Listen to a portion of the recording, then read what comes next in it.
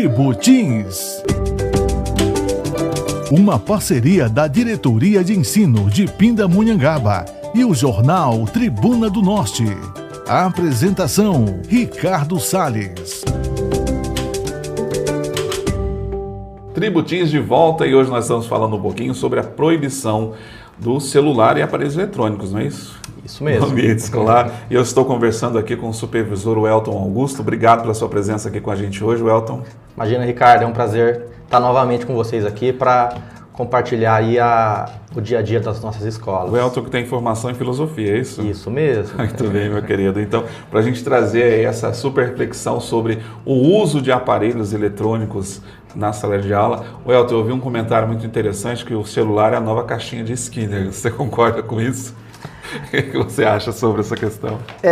Na verdade, assim, se a gente for pensar a presença do celular no nosso dia a dia, há cerca de 20 anos atrás, para não ir muito longe, né? É bom. No tempo que nós éramos crianças, nós não tínhamos essa realidade. O celular era algo de luxo, poucas pessoas tinham um celular. De 20 anos para cá, a gente começa a visualizar o celular na mão das crianças. Então, uma forma de você entreter as crianças é jogar um celular na mão dela. Sim. Mas a gente precisa fazer uma reflexão. O quanto isso é benéfico ou o quanto isso pode trazer de negativo, né? O que nós estamos oferecendo para as nossas crianças? É uma pergunta que a gente precisa se fazer. Uma pergunta bem típica de nós professores, né? O que a gente está oferecendo enquanto educação para esse tempo, né? Pois é, a gente quer sempre oferecer o melhor. A gente quer oferecer a emancipação, a conscientização. E dentro da educação atual, a gente vive uma era de uso da tecnologia. Mas a gente tem que usar a tecnologia e não ser escravo da tecnologia. Até que ponto a tecnologia é favorável ou não para a saúde mental dos nossos estudantes? Sim, ponto Esse importante. É o X da questão. Ponto importante. Agora me fala uma coisa, Welton. A Diretoria de Ensino de Pindamonhangaba, ela adotou uma postura igual para todas as unidades, ou a unidade escolar ela tem liberdade para poder tratar a aplicação dessa lei nas suas unidades? Legal, Ricardo. Então, eu quero fazer assim uma retrospectiva histórica, né? A gente está falando agora de proibição de uso de celulares na escola. A proibição de uso de celulares, ela já existe desde 2007. Já tem mais de 15 anos que já existe a proibição do uso de celulares. Só que era autorizado fora da aula. Por exemplo, nos intervalos, na entrada e saída de alunos. Mas a gente faz uma outra pergunta. Os nossos alunos, eles têm essa consciência? Ou até mesmo no momento que não podia usar, que era a aula, eles davam uma escapadinha e usavam. Agora, com a lei estadual do ano passado, dezembro de 2024, e depois com a lei federal para sacramentar isso, agora no início de 2025, a gente tem a proibição em todos os ambientes e horários da escola. Então, lógico que existe lá a abertura para uso pedagógico, para alguma criança que seja deficiente, que necessita do uso da tecnologia, do celular. Quando a gente fala, a gente não está falando só de celular, a gente está falando de tablet, qualquer outro aparelho aí, audiovisual muitas vezes, tá? Qual que é a metodologia, então, de uso das nossas escolas? Eu, como representante regional do Conviva, o que é o Conviva, né? É um programa de melhoria de convivência e proteção escolar do Estado de São Paulo, né? Da Secretaria de Educação. Então, nós temos orientações dentro da legislação, onde as escolas devem tomar. São orientações, não obrigações. Então, são ideias, são sugestões. O aluno está proibido de usar o celular na escola. A gente recomenda que o aluno nem leve. Certo. Mas se ele usar, a escola precisa dispor de algum local adequado para armazenar esses celulares, né? Uma sala, um armário, caixinhas, enfim. Aí vai da criatividade da escola. E um local que seja inacessível a esses alunos. No final do dia, o celular vai ser devolvido para esses alunos. Então, lógico, respondendo a sua pergunta, dentro dessa dinâmica, cada escola vai se organizar da forma que achar necessário. Pode ser que alguma escola ache necessário o uso pedagógico, vai liberar por 1 ou 2 horas na aula de matemática, na aula de português. Sim. Ok, a legislação prevê isso. Pode ser que a escola conheça os seus alunos e ache, não, é melhor nem liberar para uso pedagógico, porque os meus alunos não têm essa consciência e eles vão utilizar o celular dentro da aula de matemática, mas eles não vão fazer o exercício de matemática que o professor está propondo. Certo. Welton, você trouxe a palavra consciência no meio da sua fala. Como é que fica o professor nesse processo todo? A proibição, ela vale também para os profissionais da educação ou ela atinge só os estudantes? A legislação nua e crua, ela atinge somente os estudantes. Mas lógico que o professor, acima de tudo, é um exemplo para os seus alunos. Então, de nada adianta eu, como professor, proibir os meus alunos de usar o celular se eu fico encostado no celular durante a minha aula. Se for para uso pedagógico, como eu falei, não há problema algum.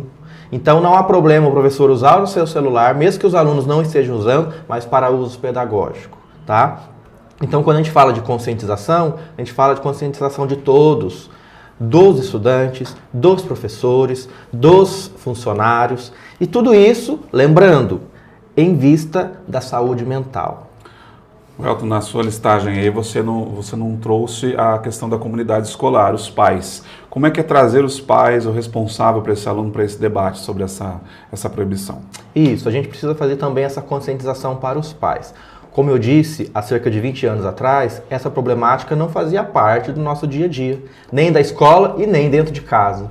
E ao mesmo tempo que a tecnologia ela veio para nos facilitar o dia a dia, a gente percebe atualmente que a gente está indo ali para o abismo, porque as relações sociais elas vão ficando de lado, não tem mais esse tete a tete, esse olho a olho, né? É tudo virtual, tudo digital, a gente perde o foco, então é preciso fazer um trabalho de conscientização também com os pais, também com as famílias. Afinal, escola e família é uma parceria em vista do melhor para os nossos estudantes.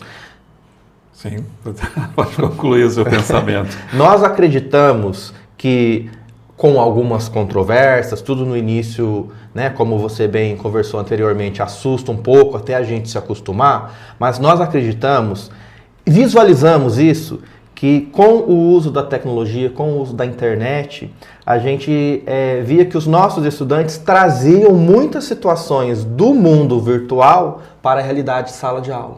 Algumas intrigas, algumas fofocas, situações que eles vivenciam lá nas redes sociais, fora da escola. Impactando negativamente dentro da sala de aula. Exatamente, esse impacto negativo vem para dentro da sala de aula e eles acabam, entre aspas, tentando resolver a situação, nem sempre da melhor maneira possível, dentro da escola ou na saída da escola, se é que você me entende. Né?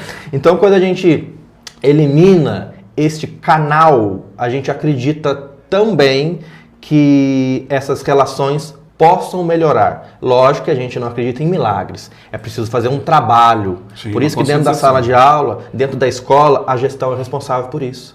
Com palestras, com bate-papo, com esse viés da conscientização. A gente tem, Ricardo, você bem sabe, dentro da nossa rede, psicólogos do programa Psicólogos na Escola. Sim. Então eles já foram orientados, eles foram formados a lidar com essa situação. Se a gente perceber que os nossos alunos estão ali com situações de crise ou síndrome de abstinência, pode acontecer. Então o psicólogo também ele já foi orientado a lidar com essa situação. Orientação técnica. E a gente vai lidar com a nomofobia. Você sabe o que significa isso? Não, conta pra gente. Nomofobia é um conceito novo, né? E vem justamente ao encontro dessa situação. É o medo, é a fobia, é a ansiedade de ficar sem o celular, sem a internet, sem a interação, sem a comunicação via mundo virtual. Lógico, os nossos jovens foram criados nesse meio. E agora, de um dia para o outro... Já nasceram com essa tecnologia. Né? Já nasceram imersos na tecnologia. Agora, de um dia para o outro, ficar 4, 5 horas sem poder acessar a internet, o celular, lógico que isso pode gerar crises de ansiedade e outras situações que a gente vai trabalhar diante da realidade. E hoje a escola pública está preparada para receber esse contexto todo? Estamos sim. É lógico que é um grande desafio. Para todos nós, para todos. Não é algo fácil. Para toda a sociedade, não é algo fácil. É um desafio. Nós vamos encontrar resistência? Vamos. Mas temos que lidar com essa situação pensando no positivo que isso pode gerar. Temos sempre que olhar as coisas pelo lado positivo. Tirar das coisas algo de positivo. Lógico, sempre. Relembrando, pensando no melhor para os nossos estudantes. Muito bem. Olha só a escola pública sendo desafiada mais uma vez aqui na nossa contemporaneidade. Vamos finalizando o nosso bate-papo? Vamos sim. Você gostaria de alguma consideração final a respeito desse tema? De repente uma reflexão, né? Uma mensagem aí para os nossos estudantes, para os nossos professores, funcionários e gestores e principalmente para os nossos pais. A gente não pode perder o foco do que é a escola. A gente trabalha com a educação das nossas crianças. E para ir, quando eu falo crianças, a gente também considera jovens e muitas vezes até adultos, né? Sim, a gente sim. tem a educação de jovens e adultos, mas em grande maioria são crianças. Então, a gente não pode perder esse foco dos nossos estudantes. E trabalhar sempre a união entre a escola e a família. Lógico que como pai, muitas vezes, eu me preocupo de como está o meu filho na escola. Por isso que também a gente prevê que a escola forneça os canais de comunicação direta com a escola. Sim. Seja o telefone, seja sim um WhatsApp da escola, a escola não vai negar isso. Seja um e-mail, seja realmente bater lá na porta da escola para receber alguma informação ou comunicar alguma coisa. Essa comunicação direta deve sempre acontecer. Então a minha mensagem é essa.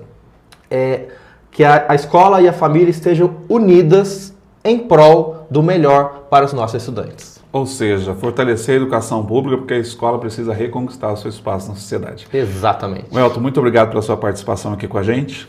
Imagina, Ricardo, é um prazer muito grande estar sempre aqui com vocês. E semana que vem a gente volta falando também sobre Grêmio Estudantil. A gente já está entrando aí no período de eleição do Grêmio Estudantil, tem coisa boa chegando pra gente.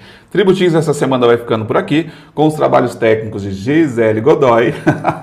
Tributins fica por aqui, a gente se encontra pelas ondas do rádio e as ondas da web. Até mais, galera. Até mais. Você ouviu Tributins com Ricardo Salles. Uma parceria da Diretoria de Ensino de Pindamonhangaba e o jornal Tribuna do Norte.